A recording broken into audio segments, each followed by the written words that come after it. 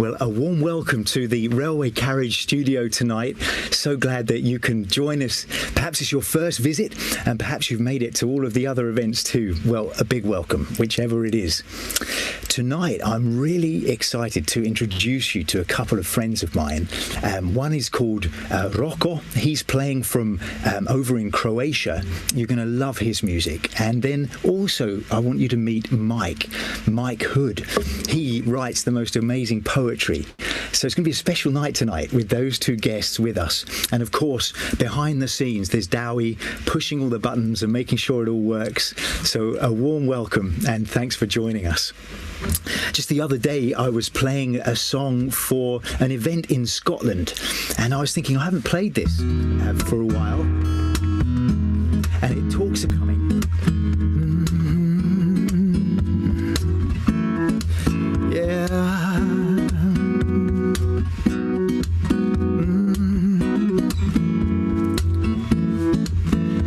And he dreams of a homecoming. He dreams of a belonging, and he dreams of, he dreams of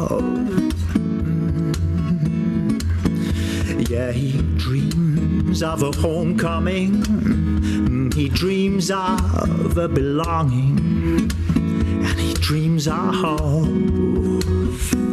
he dreams of peace.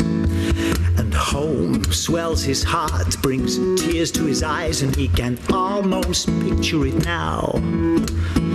But he's looking for the next boat time, he's asking for the next train line. And he dreams of a homecoming, he dreams of a belonging, and he dreams of home. Dreams of peace, and every road, every step, and every hitchhike ride, every touching conversation, every next bus station, every new situation. And he dreams of a homecoming, he dreams of a belonging, and he dreams of, he dreams of peace, yeah.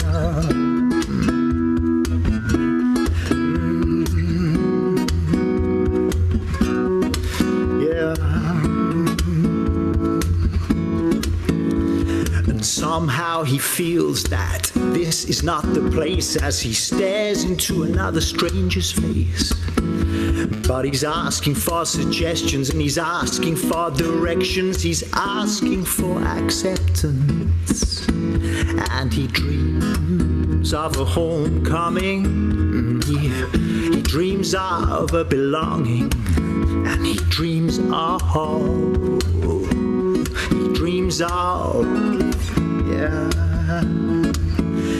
He dreams of a homecoming, he dreams of a belonging, and he dreams of, he dreams of, he dreams of peace.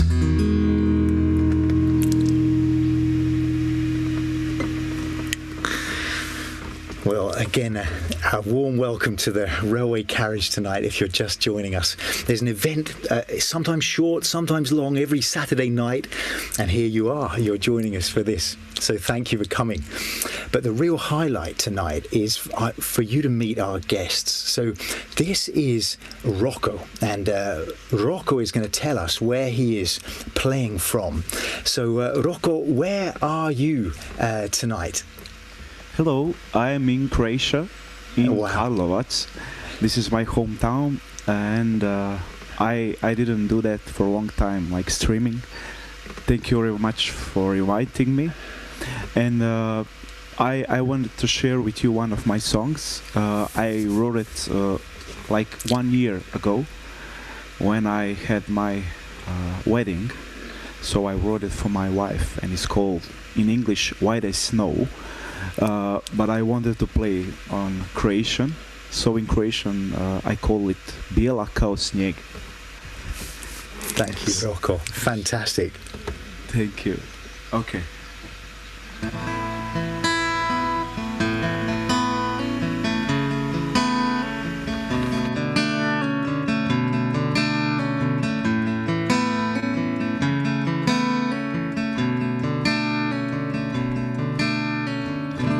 Sve do tog dana svečanog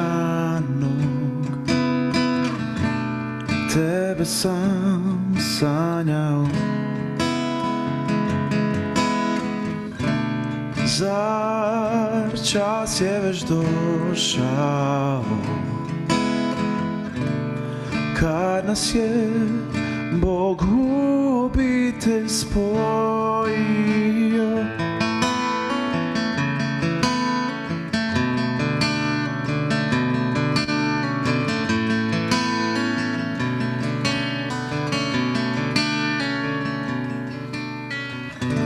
Sjajna i zamečuvana, gledam te, divim se, baš kao što bilo je prvi put kad sam te ugledao. Ti i ja sad smo jedno postali, zajedno zaplovili. Gledam te, ti si bijela kao snijeg, godine kao tren su prošle. Ti si ta,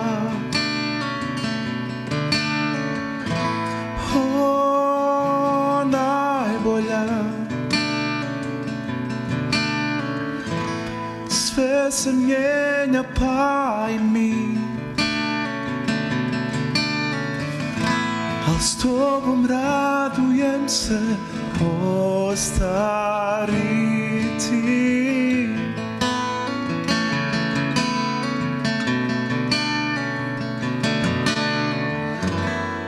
Davno još, kad sam tebe susreo, sve se tad promijenilo.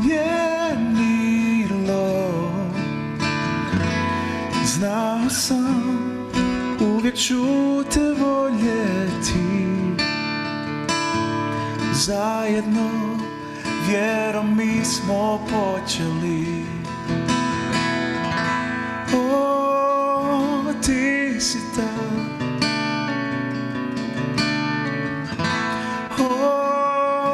najbolja. Sve se mijenja pa i mi, a s tobom radujem se ostariti.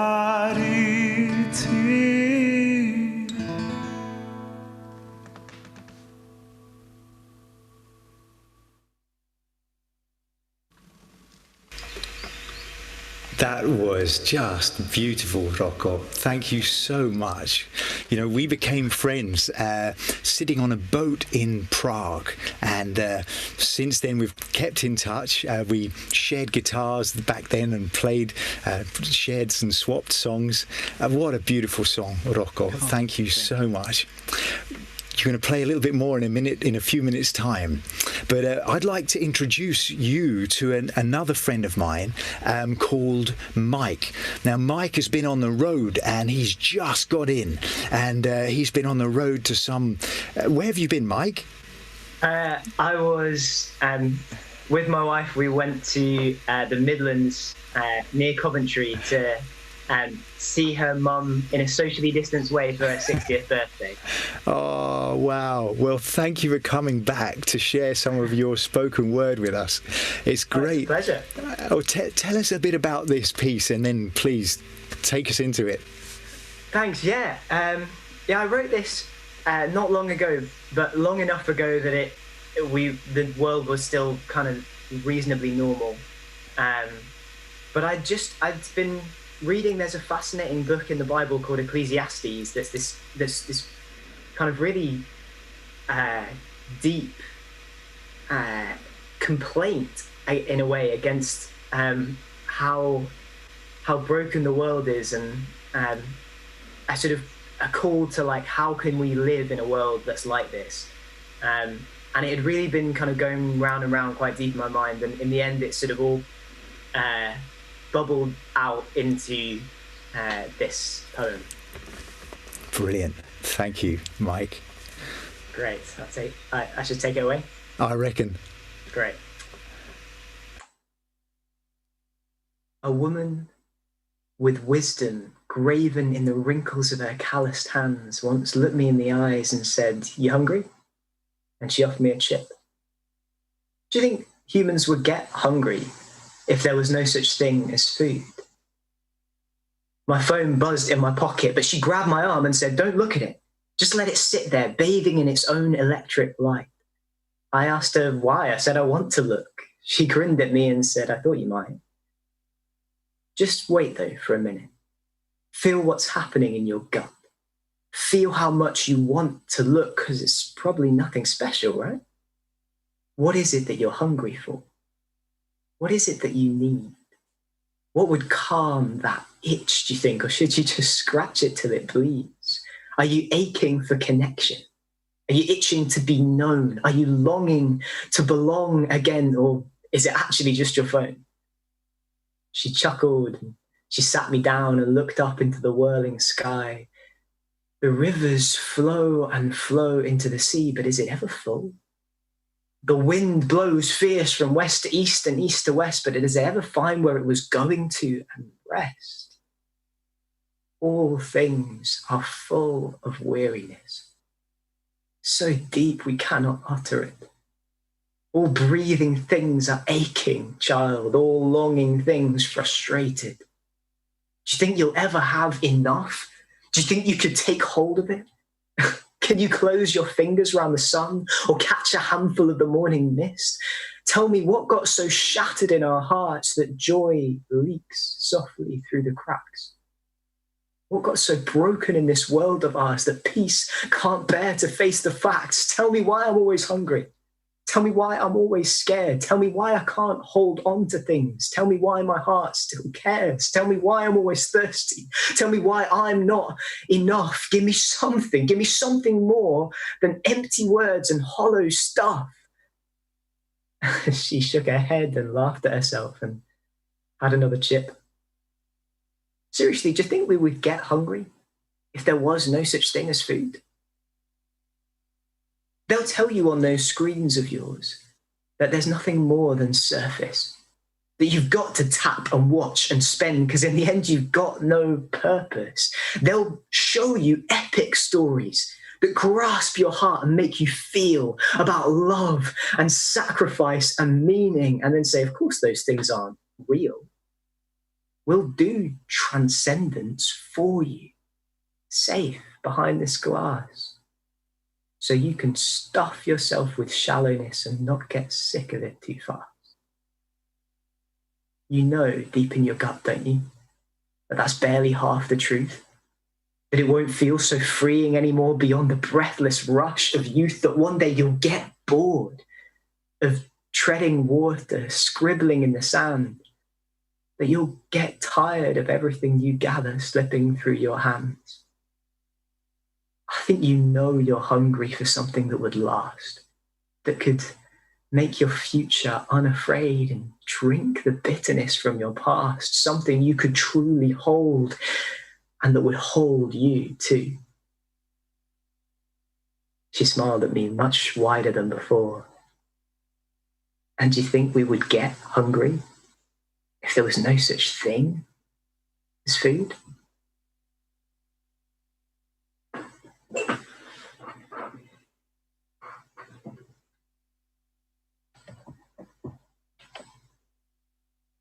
Thank you, Mike. That is amazing. I I love your poetry, really. Would you stay and do another one in a minute? We'd love Absolutely. Thanks so much, Andy. Yeah. Thank you, Mike. Brilliant. Well, Roko, we'd love to hear another piece from you. Tell us about this piece. It's an instrumental, but I think it's something that is echoing with a really important theme. So tell us about it. Yes, so the next song I will do, it's called Great is Thy Faithfulness. So it's one of the Christian's hymn, one of my favorite. So it's talking about God's faithfulness for us, and that He's just like a loving Father who's giving Himself for us. Yes. So this melody of that song is really inspiring. So I kind of put it in one instrumental. Wow. So I hope that you will like it. And yeah, that's pretty much it. Roko, thank you.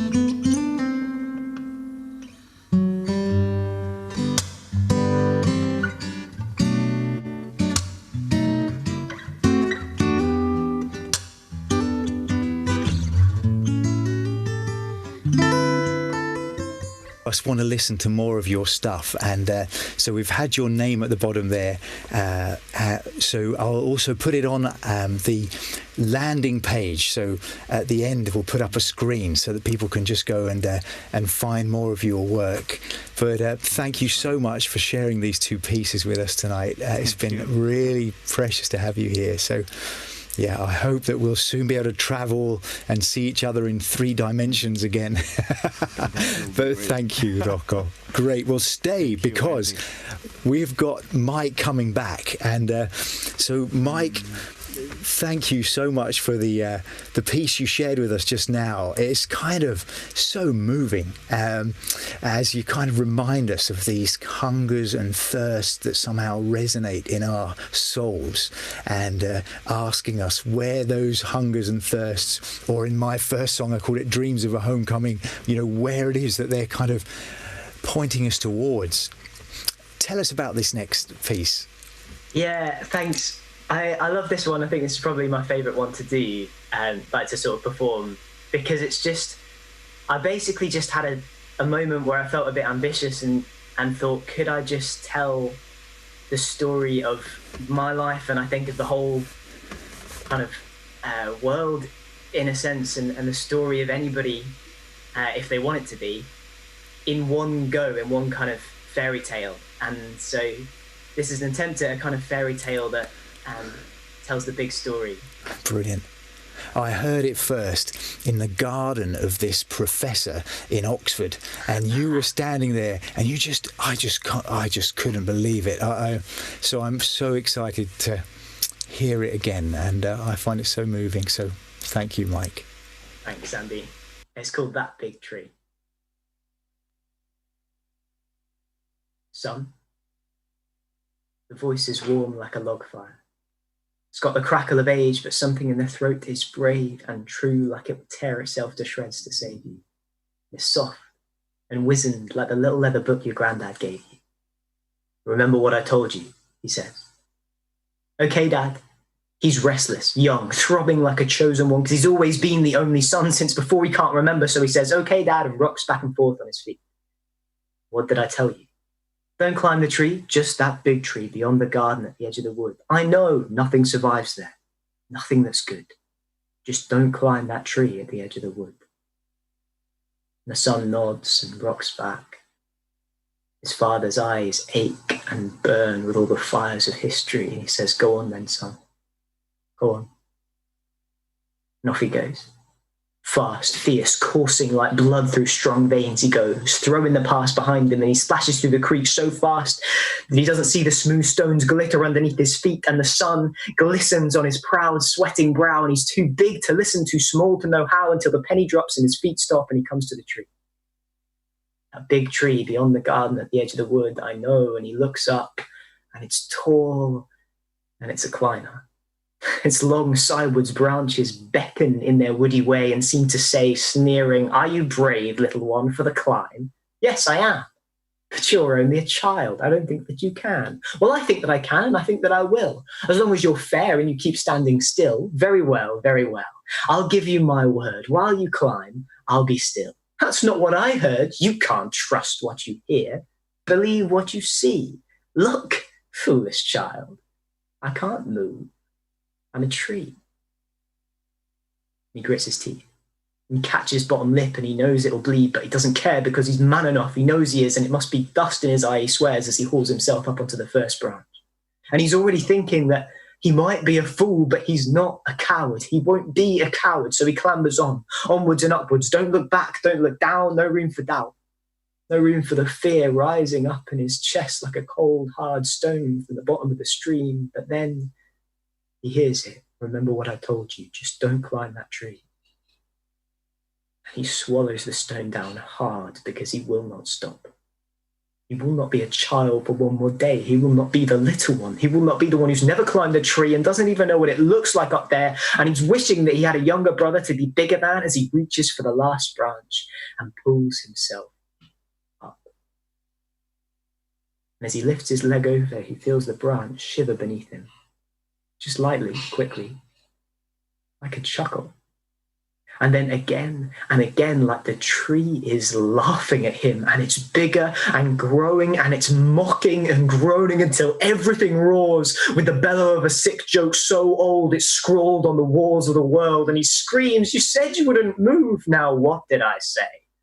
I'll be still while you climb. You can't trust what you hear, least of all when it rhymes, but still, I was faithful.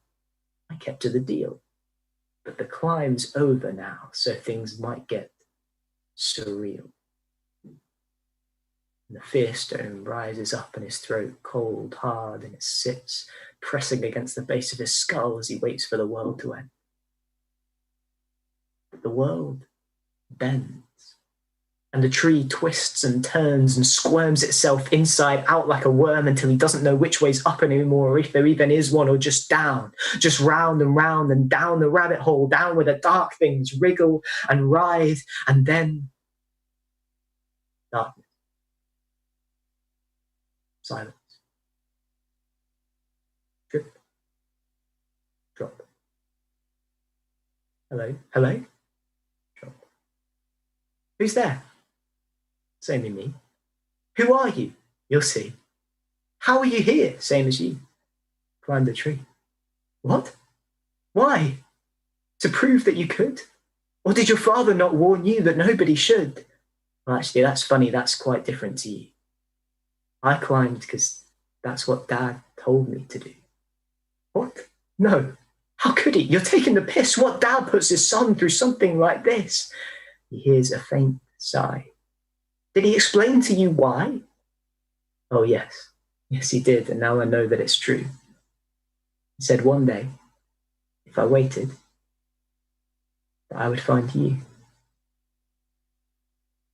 And it hits like a wave, and he knows it's true. And it almost feels like he always knew, like every breath he'd ever breathed had been a clue to this.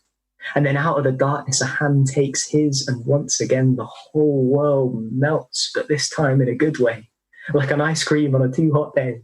And he can almost feel himself dissolving. He can smell the ambiguities resolving, and he's falling in love, but not like that, upwards. And the joy of it sings right down into his toes, and he knows that he's mixing his metaphors, but he doesn't care, because he actually feels like a bird of the air, like a stray dog coming in from the cold, like a miracle breathing, bright to behold, and he feels like he's underwater. He can hear that strange silent hum in his ears, and his heart beats deeper, pumps out all fears, and his old soul dances in slow motion.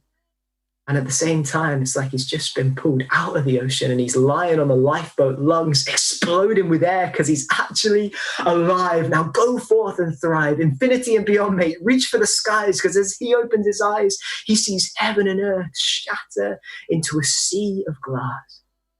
As all the shadows pass away at the molten voice of this brand new age-old brother of his, and the hand holds his as if nothing else is, and he's free. Because they are lost together. Him and the one who had waited forever, they are lost, but they are together. And this little boy feels found. And he feels dewy grass beneath his feet, and he's running now. And they can see the river flow below, and the sun reflects so bright, it's like a torrent of dancing stars. And they dive in head first, and the water's cold and clear, and the flecks of light ripple over his skin as he swims, and it feels like the first kiss of dawn, like he's being reborn. And as they scramble out onto the bank, their feet slipper and slide on the smooth stones, and they laugh. And the sound sparkles off the mountainside. And then he hears the sound of crunching, eager feet running on the stony beach towards him, and a voice, and his heart beats harder, thumping eager in his chest, and then the fear comes, but now it goes because he knows that he is not alone, and he knows that voice. Warm like a log fire, it's got the crackle of age, but something in the throat is brave and true, like it would tear itself to shreds to save you. And he feels warm, strong arms reach out and hold him, and he knows that he is not alone. And the voice says softly, "Welcome home, boys. Welcome home."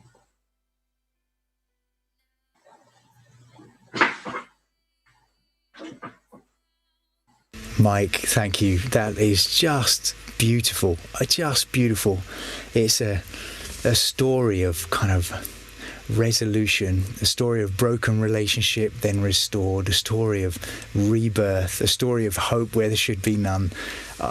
It's absolutely wonderful. Thank you. Thank you, Andy. Thank you for joining us tonight, and hope we can do it again, Mike. Yeah, I absolutely love to. I'm massively flattered and grateful for the invitation. I love it, and I was a bit intimidated to go straight after that song from Roko. It was incredible. So thank you for inviting me. Oh, thank you, Mike. Well, we're going to have just one more piece of music before we close for the night, and this last piece of music It's a story. It's probably the longest song I've written. So sit back and relax. It's a story of somebody who lived in Camden. Maybe you know that bit of London. And this is a day of her life. But it felt like an ordinary day, the kind of day where everything is broken, the kind of day where she's searching, longing for home, longing for connection, longing for relationship. Things that she'd trusted in were falling through her fingers. But on this day, in a really strange way, she hears a message that changes everything. She's walking past the market. Well, you'll hear the story. And as she's walking past the market, well, something slips into her hands. It's passed to her. And in there, she hears about someone who has been searching for her, someone who's longing to know her, someone who's stooped to draw her into his embrace.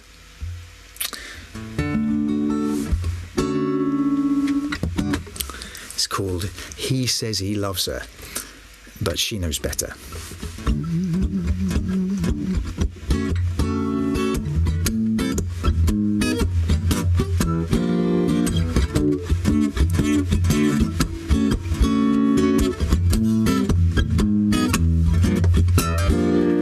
He says he loves her, but she knows better.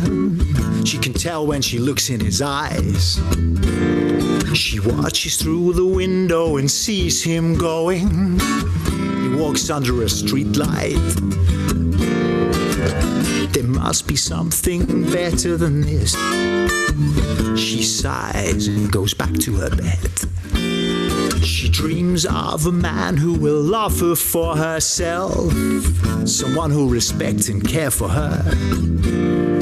Nightmares of marriages broken, shattered, children screaming out in the night. She wakes up sweating and sees the time, panics and throws on her clothes. Out in the street, it's been raining all night. She puts up her collar to the cold. She jumps on a bus that goes splashing through puddles towards the center of town. There must be something to break the monotony of all this.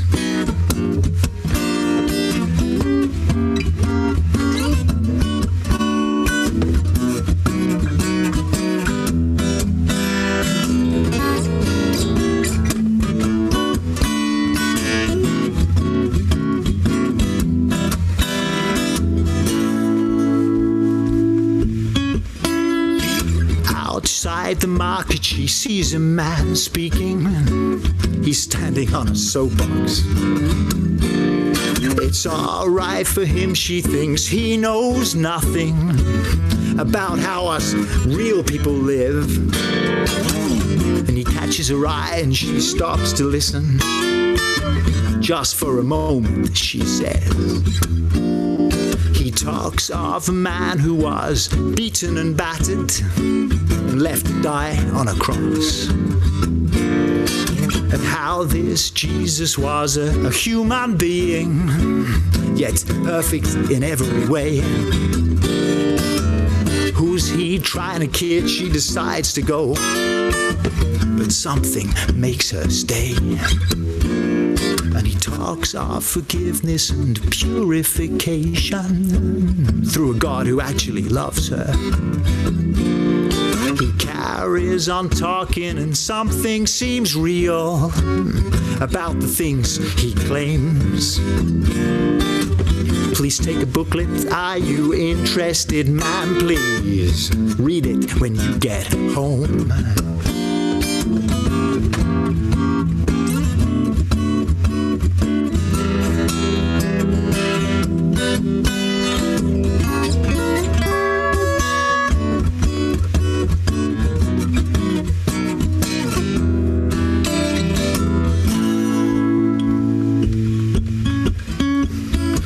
Loaded with shopping, back on the bus, the booklet tucked safely under her arm. The gentleman next to her completely ignores her as the bus stops at the end of her road. She struggles up the stairs, pushes open the door, dumps her shopping on the side. She puts on a coffee, opens the booklet, sitting down in her tatty chair. Maybe there is a God, maybe he cares for me. What do I do if he does? The kettle's whistling, but she doesn't hear it. She's reading frantically on. For God so loved the world, he gave his only son, so that whoever believes in him shall not perish but have everlasting life. Whoever believes is not condemned. She falls on her knees and starts to pray, begging God for forgiveness.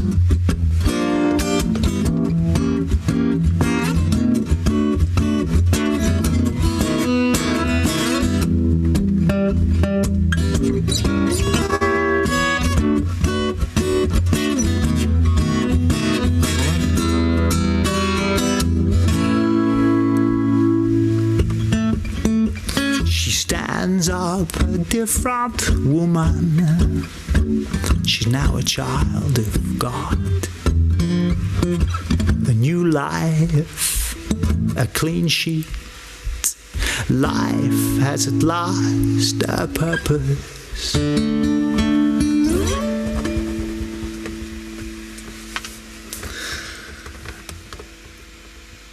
Well, there she was, walking through Camden, and she heard this message that just turned everything upside down. She heard about a God who loved her, a God who'd come in the person of Jesus towards her, a God whose arms are held open, a God who would go to a cross so that she could receive forgiveness and liberation and life in its fullness. And she heard those words, that God loved the world so much that he gave his only son, so that whoever would believe in him wouldn't perish but have forever life, everlasting life. Well, thank you for joining us in the Railway Carriage tonight. As ever, we've got a place where you can pop if you want to come and have a chat. You can put some notes into the different streams you're watching, whether you're on Facebook or YouTube. It'd be great to keep this conversation going and keep on thinking about these big things. In 2 weeks' time, we'll have another bigger event like this one. Next week, we'll have a short event with just 1 or 2 songs. But thank you for being a part of this evening, and particularly thank you for Roko's amazing music. We'll put a link up so that you can find that. And also to Mike Hood for those beautiful pieces of poetry. And thank you as ever to Dowie behind the scenes, making all this work so that we can actually get out and get you into this Railway Carriage too. Thanks for joining us, and see you soon. Good night.